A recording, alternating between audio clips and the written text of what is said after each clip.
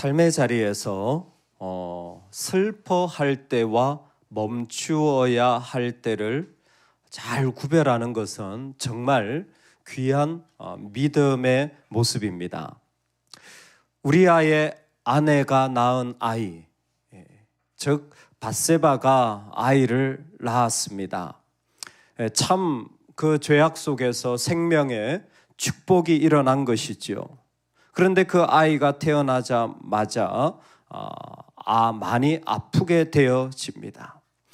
그 아픈 아이를 다윗은 붙잡고 하나님께 간구하게 됩니다. 금식하고 안에 들어가서 밤새도록 땅에 엎드렸으니 정말 독특한 어떤 부분일 수 있을 것 같습니다. 우리는 내 아이가 아프면 이렇게 금식하고 밤이 새도록 하나님 앞에 엎드리고 기도하는 게 당연한 문화 속에 있지만 이미 한 300년 전만 하더라도 태어나서 아이가 아파서 죽는 일은 집집마다 다 있는 일이었어요. 하물며 이 다윗 시대에 아이가 아파서 아버지가 이렇게 밤새 울며 기도한다라는 건 이건 좀 특이한 행동에 가깝습니다. 무엇보다 하나님은 지금 다윗이 하고 있는 행동을 대단히 자세하게 묘사하고 있습니다. 아이가 어떻게 아픈지보다 다윗이 뭐 하고 있는지를 하나님은 더 우리에게 묘사해 주고 있는 거죠. 하나님께 간구하되 다윗이 금식하고 안에 들어가서 밤새도록 땅에 엎드렸으니 심지어 늙은 자들이 즉 그의 보좌관들이죠. 다윗을 일으키려 하되 왕이 듣지 아니하고 그들과 더불어 먹지도 아니하더라. 아멘. 이렇게 어떤 모습을 자세하게 설명하는 것은 그것 따라하라라는 의미도 있습니다. 그래서 우리가 꼭 봐야 할 모습을 보여주시는데 그것을 따라하면서 큰 그림이 있어요. 다윗이 하나님과 어떤 관계를 맺어가는지 그 모습 속에서 하나님을 어떻게 알아가야 하는지를 보여주는 겁니다. 지금 다윗이 하고 있는 금식하고 그 성전에 들어가서 엎드려 기도하는 이것은 한마디로 말하면 22절에 하나님이 불쌍히 여겨주시기를 기도하는 내용입니다. 즉 하나님은 불쌍히 여기시는 하나님이라는 겁니다. 다윗은 정말 다른 어떤 방법을 구하지 않습니다. 아이가 아프자 그 시대에 구할 수 있는 수많은 방법이 있었을 겁니다. 아마 무속의 방법이 가장 가까웠을 거예요. 어느 시대나 무속적인 방법들은 존재했기 때문에. 아니면 이 일로 말미암아 상심할 수도 있었을 겁니다. 근데 다윗이 한 행동은 다른 것이 아니라 하나님께 기도하는 것이었습니다. 하나님께 기도한다라는 것은 하나님은 불쌍히 여겨주시는 분이라는 것을 다윗은 너무 잘 알았기 때문에요. 언제 내가 슬픔을 당하고 내 아이가 이렇게 아픈 가운데서도 하나님께 불쌍히 여겨주시는 그 하나님 앞에 나아가는 겁니다. 심지어 그 자리가 죄의 자리라고 할지라도 우리는 불쌍히 여겨주시는 하나님께 기도할 수 있습니다. 심지어 나도 죄 지은 것을 알고 있다고 할지라도 그리고 그 죄의 분명한 열매를 보고 있다고 할지라도 우리는 하나님 앞에 슬퍼할 수 있습니다. 하나님은 그렇게 불쌍히 여겨주시는 하나님이십니다. 모든 일들을 하나님은 하나님의 뜻대로 하실 것입니다. 동시에 하나님은 우리에게 하나님 앞에 나와 기도하며 슬퍼할 수 있는 축복을 기도할 수 있는 은혜를 허락하여 주시는 거예요. 그러니까 여러분 슬퍼할 때는 언제입니까? 여러분 슬퍼할 때는 다른 말로 하면 어떤 상황이기도 하지만 사실 기도할 때라는 거예요. 슬퍼할 때는 사실 기도해야 될 때라는 거예요. 내 마음에 어려움이 생기고 정말 납득하지 못할 일들이 있고 심지어 그건 내가 지은 죄라고 할지라도 그 자리는 기도할 때라는 거예요. 왜? 우리 하나님은 불쌍히 여겨주시라 하나님. 우리 하나님은 은혜가 많으신 하나님이기 때문에 그렇습니다. 그렇게 다윗은 그 안에 들어가 밤새도록 하나님 앞에 엎드려 울게 됩니다. 그런데 결과는 뭐냐면 이래 만에 그 아이가 죽으니라 라는 거예요. 7일째 됐는데 아이가 기도를 했는데 죽었어요. 사람들이 아이가 죽었습니다. 아이가 죽은 것을 왕에게 아뢰기를 두려워하니 이는 그들이 말하기를 아이가 살았을 때 우리가 그에게 말하여도 왕이 그 말을 듣지 아니하셨나니 어떻게 그 아이가 죽은 것을 그에게 아뢰일 수 있으랴. 왕이 상심하시리로다. 말도 못하고 옆에서 수근거리는 것을 보고 다윗은 깨닫게 됩니다. 아이가 죽었느냐? 죽었습니다. 놀라운 것은 그 말을 듣고 바로 다윗은 엎드렸던 자리에서 일어나 몸을 씻고 기름을 바르고 의복을 갈아입고 여호와의 전에, 역시 자세하게 나오죠. 그럼 뭐하라 그랬죠? 그 모습을 보고 하나님에 대한 이해를 가져야 돼요. 자세하게 나와 있잖아요. 몸을 씻고 기름을 바르고 의복을 갈아입고. 저는 이 모습이 너무 결단력 있으면서도 약간 웃음이 나오는 슬로 비디오, 이렇게 몸을 천천히, 완전히 하나님이 일어나 몸을 씻고 기름을 바르고 의복을 입고, 얼마나 자세하게 보여줍니까? 다윗이 하나님에 대한 이해를 우리한테 보여주는 거예요. 어떤 하나님에 대한 이해일까요? 그러면 더 말씀이 풍성하게 다가오죠. 지금 다윗은 조금 전에는 긍휼, 불쌍히 여겨주시는 하나님을 만난 거예요. 근데 지금은 그 일을 멈추었습니다. 이제는 울지 않아요. 이제는 기도하지 않아요. 아니, 기도까지 멈출 필요가 있나? 기도도 하지 않아요. 뭐 하느냐? 밥 먹어요. 아침 맛있게 드시기 바랍니다. 밥 먹어요. 아니, 왜 갑자기 사람이 이렇게 바뀌지? 정말 중요한 장면이에요. 다윗에게 있는 이해가 하나 있습니다. 오늘 말씀에 보면 좀 신기한 말씀이 있는데 23절이에요. 지금은 죽었으니 내가 어찌 금식하랴?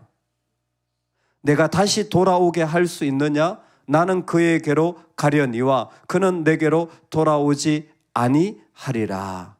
아멘. 왜 멈췄냐면 그는 분명한 이해를 가지고 있었는데 나는 그에게로 가려니와 그는 내게로 돌아오지 아니하리라. 즉 나는 언젠가 죽을 것이지만 죽은 그는 나에게로 돌아오지 않을 것이다. 부활하지 않을 것이다 라는 거예요. 여러분, 이 표현 자체가 놀라운 표현입니다. 이미 다윗 시대에 다윗은 다음 세상이 있다라는 것을 분명히 알고 다음 세상이 어떻게 이루어질지를 그는 믿었던 사람이에요. 지금도 하나님이 통치하시지만 그 다음 세상도 하나님이 통치하고 있음을 그의 마음속에 그는 선명하게 알고 있는 사람이에요.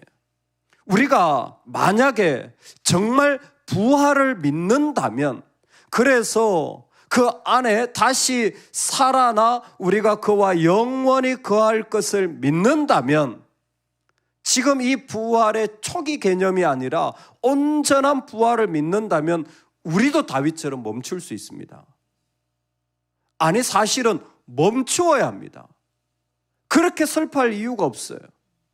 그렇게 아파할 이유가 없어요. 정말 부활, 죽었다가 다시 살아날 세상이 있음을 믿는다면, 내가 죽어서 천국 가는 게 확실하다면, 여러분 그렇게 안타까워할 이유, 그렇게 힘들어할 이유가 이 세상엔 아무것도 없습니다. 이미 우리에겐 천국이 시작되었고 우리는 천국의 기쁨을 누리고 있으며, 만약 내가 죽어서 천국 가는 게 확실하다면 여러분, 우리는 벌떡 일어나 밥 먹을 수 있는 사람들이에요. 할렐루야. 이렇게 보면 신앙은 조금도 속일 수 없는 정직한 고백이에요. 아니 내가 천국 시민인데, 내가 하나님 나라 백성인데 이 땅에서 뭘 그렇게 슬퍼합니까? 뭘 그렇게 힘들어합니까? 뭐 때문에 내가 그 일에 그렇게 아파할 필요가 있습니까? 사실 그 안에 너무 수많은 것이 포함되어 있고, 가장 아픈 게 뭡니까? 자식이 죽은 거잖아요. 사실 이것보다 더 아픈 아픔이 어디 있겠어요? 그런데도 불구하고 다윗은 멈춥니다. 이 차이를 여러분은 꼭 기억하시기 바랍니다. 그렇다면 오늘 말씀에서 다윗은 슬퍼하는 모습, 그리고 다윗은 멈추는 모습을 우리에게 보여준 거예요. 왜 기도했느냐? 왜 슬퍼했느냐? 하나님이 긍휼히 여겨주시고 불쌍히 여겨주시기 때문에 여러분 꼭 기도하시기 바랍니다. 근데 멈췄어요. 왜 멈췄느냐? 이미 죽었고 이미 다음 세상으로 넘어가 버렸어요. 그건 하나님의 세상이에요. 그리고 우리에게도 하나님의 세상을 인정한다면 여러분 이 땅에서 슬퍼할 이유가 없어요. 멈출 수 있습니다. 자, 그렇다면 그러면 내가 다윗처럼 아이가 살아있을 때는 기도하고 죽을 때는 멈추면 돼요. 이건 너무 분명한 상황이죠. 너무 분명한 상황이에요.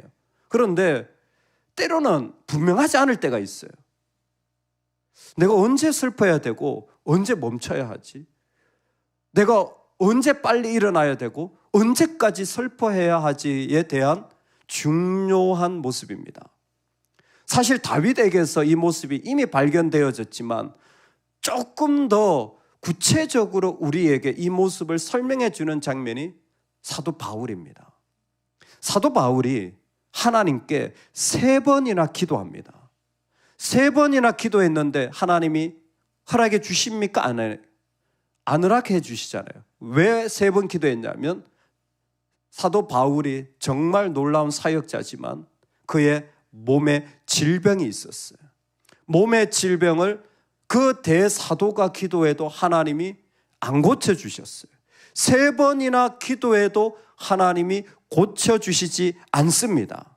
구체적으로 고린도후서에 이것이 내게서 떠나가게 하기 위하여 내가 3번 주께 간구하였더니 나에게 이르시기를 내 은혜가 너에게 족하도다.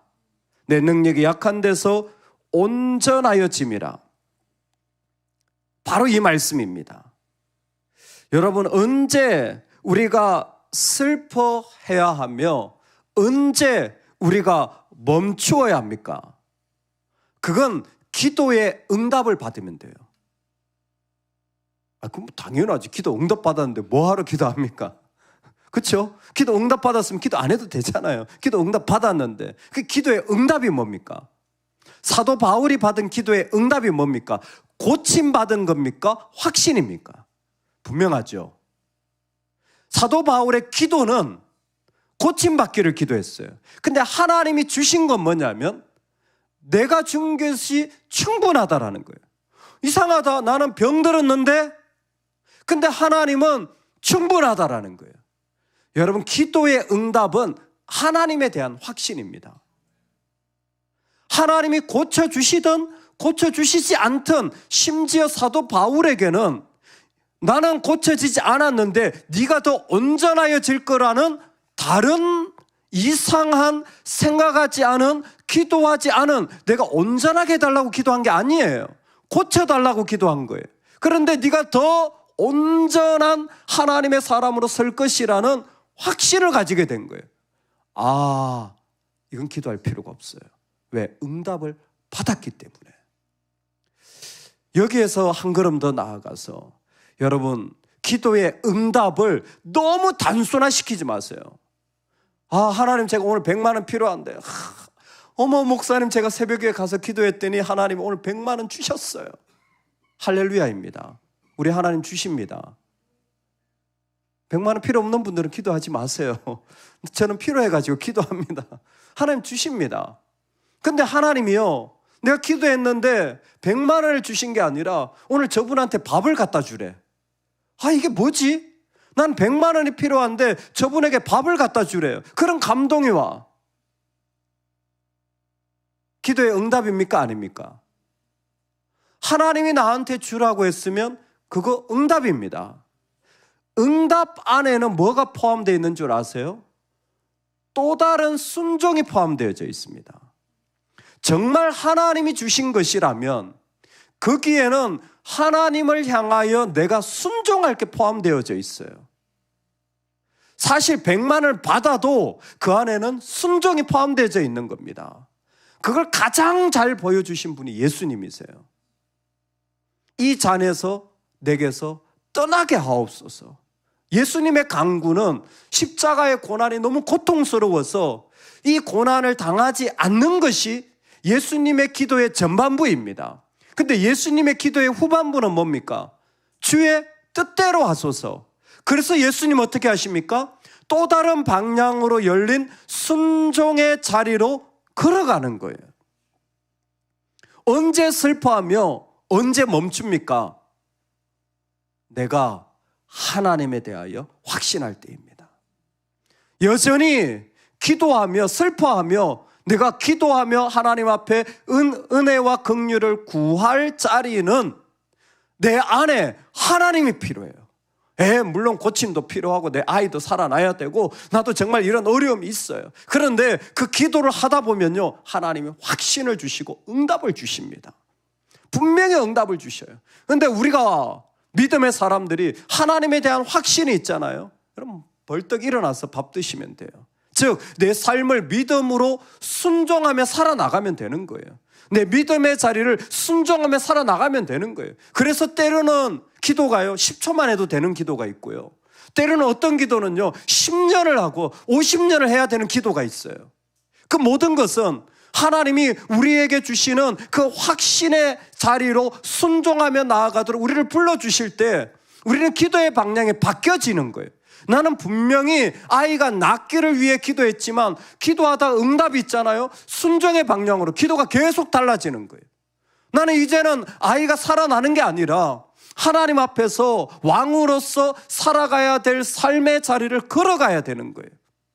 시편 51편에 보면 이때 다윗이 한 기도가 뭡니까? 성령이 내게서 떠나지 말게 하옵소서. 하나님이 그의 기도를 옮기셨잖아요. 다윗은 분명히 아이가 살아나기를 기도하러 들어갔던 사람이에요. 그런데 그의 기도 속에 하나님이 순종의 방향을 옮겼는데, 야, 너의 안에 하나님의 역사가 무너지고 있잖아. 너의 안에 하나님의 세계가 무너지고 있잖아. 너의 죄 때문에 하나님의 나라가 무너지고 있잖아. 기도의 방향이 달라진 거예요. 그런 하나님 앞에 또 다른 기도의 자리에 들어가며 하나님 앞에 또 다른 순종의 자리로 옮겨가는 것이죠. 바울은 그 순종의 방향으로 내가 약한 것들을 기뻐하노니 라는 마음으로 삶의 기도의 자리를 옮겨가게 됩니다. 오늘 우리도 마찬가지입니다. 오늘 우리도 마찬가지예요. 여러분, 슬픈 일이 있으면, 힘든 일이 있으면 뭐예요? 기도하러 오십시오. 정말 마음이 어려우면 예배당 와서 기도하세요. 집에서도 기도가 잘 안 될 때가 있어요. 예배당 와서 기도하세요. 비밀번호 아시죠? 0527 와서 기도하세요. 와서 기도하세요.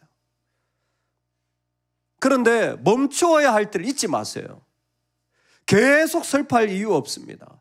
정말 하나님이 나에게 응답을 주시고 확신을 주시고 말씀하실 때는요, 벌떡 일어나 밥 먹으러 가면 되는 거예요. 그런데 그때가 되면 분명히 알게 돼요. 하나님이 나한테 다른 기도를 원하시는구나. 하나님 나한테 다른 기도를 하게 하시는구나. 다른 순종의 방향으로 나를 초대하시는구나. 목자는 항상 양에게 말씀하시는 분이에요. 그리고 그 양은 목자의 음성을 들으며 살아가는 거예요. 이때 이 말씀을 주시는데 순종의 자리로 들어가니까 또 이 말씀을 하나님이 주십니다. 그 부여잡고 우리는 기도하며 나아가는 거예요. 어떻게 보면 다윗의 인생에 가장 비극적이고 가슴 아픈 자리죠. 이보다 더 큰 슬픔이 없을 만한 아픔의 자리이지만 놀랍게도 다윗은 그 자리에서 하나님을 경험하고 고백하고 하나님의 세상을 이 땅에 흘려보내주는 한 사람으로 섭니다. 쉽지 않은 슬픔의 이야기들이 우리 모두에게 있을 수도 있습니다. 슬퍼할 때 기도하십시오. 그러나 멈추어야 할 때도 있음을 꼭 배우십시오. 그리고 내가 나아가야 할 하나님의 또 다른 부르심과 순종의 자리에서 우리 주님을 영화롭게 하기를 간절히 축원합니다. 아멘.